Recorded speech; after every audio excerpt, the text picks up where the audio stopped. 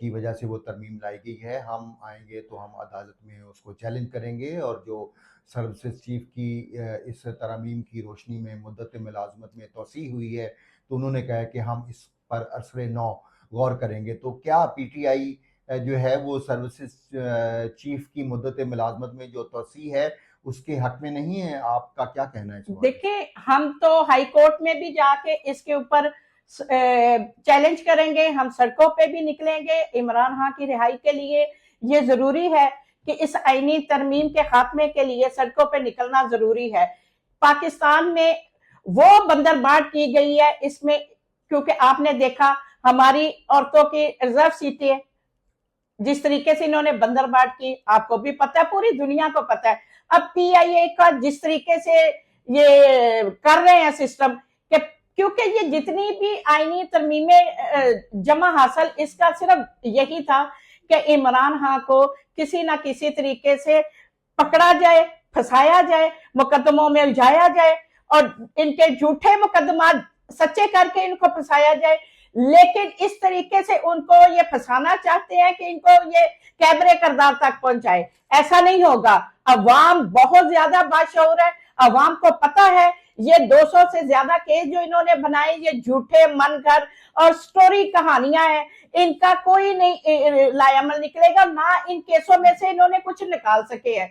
یہ جو ترمیمیں ہیں ان کے گلے پڑیں گی, اور یہ انہوں نے جو ترمیمیں پاس کی یہ اپنے گڑے میں خود گریں گے. یہ ان کو ڈنڈے اور سوٹے لے کے یہ ترمیم والے ان کے گلے میں سیاہ جھنڈیوں کے ساتھ ان کا استقبال کریں گے. ان کا وہ ہر جگہ پہ عوام مقابلہ کر رہی ہے. آپ دیکھیں کہ کہیں بھی وہ چلے جاتے ہیں لوگ چور چور چور چور کے نعرے لگاتے ہیں. ابھی دیکھ لیں آپ, پاکستان سے یہ گئے ہیں, لوگوں نے انڈے مارے ہیں. حالانکہ امریکہ میں آپ اپنے گھر جا رہے ہیں تو لوگوں کو تو استقبال کرنا چاہیے, ان کا موصل آ گیا تو موصل نہیں تسلیم کرتے. لوگوں نے انہوں نے ریجیکٹ کر دیا ان کو, ان کی بالکل ان کو پسند نہیں کرتے. انہوں نے دیکھے یہ گھڑی چوری کا کیس بنایا, انہوں نے عدت کیس بنایا, انہوں نے 90 پاؤنڈ کا کیس بنایا, انہوں نے کون سے جھوٹے مبنی بنا کے کیس بنائے. میں ان سب ترمیمیں بنانے والے کو اور یہ کیس بنانے والوں کو یہ میں پوچھنا چاہتی ہوں کہ یہ عوامی مطالبہ ہے کہ عمران خان کو پھنسایا جائے. یہ ان نون لیگ اور ان جو کیا کہتے ہیں بندر پارٹیاں ہیں, یہ ان کا کیا در ہے. ان کو کسی طریقے سے یہ میں مطلبہ بھی کرنا چاہتی ہوں کہ یہ عوام کا فیصلہ تھا عمران خان کو لانا, اور آج کے بعد اگر انہوں نے زیادہ دیر عمران خان کو جیل میں رکھا تو یہاں پہ دمادم مسکل اندر ہوگا, کیونکہ ان کو پتہ ہے عمران خان جب جیل سے باہر آیا ہمارے منصوبے دھرے کے دھرے رہ جائیں گے. اور یہ پی آئی اے ایئر لائن کہ جو ہم سستے دام پہلے اس کا بیڑا غرق کیا, پھر اس کو سستے دام خریدیں گے, اور پھر انہوں نے اس کو زیادہ سرمایہ دار بن جائیں گے. بہت شکریہ زیبا ناز صاحبہ. دمادم مست کلندر ہوگا لاہور کی سڑکوں پر, یہ کہنا ہے زیبا ناز, پی ٹی آئی لاہور کی اسپوکس پرسن ہیں, ہمارے ساتھ تھی. ہم ان کے بہت شکر گزار ہیں, انہوں نے وقت گزارا ہمارے ساتھ, وقت نکالا. بہت مصروف ہیں, انشاءاللہ پھر ایک نئے پروگرام کے ساتھ حاضر ہوں گے. اس وقت تک کے لیے اجازت دیجیے گا. اللہ نگہبان.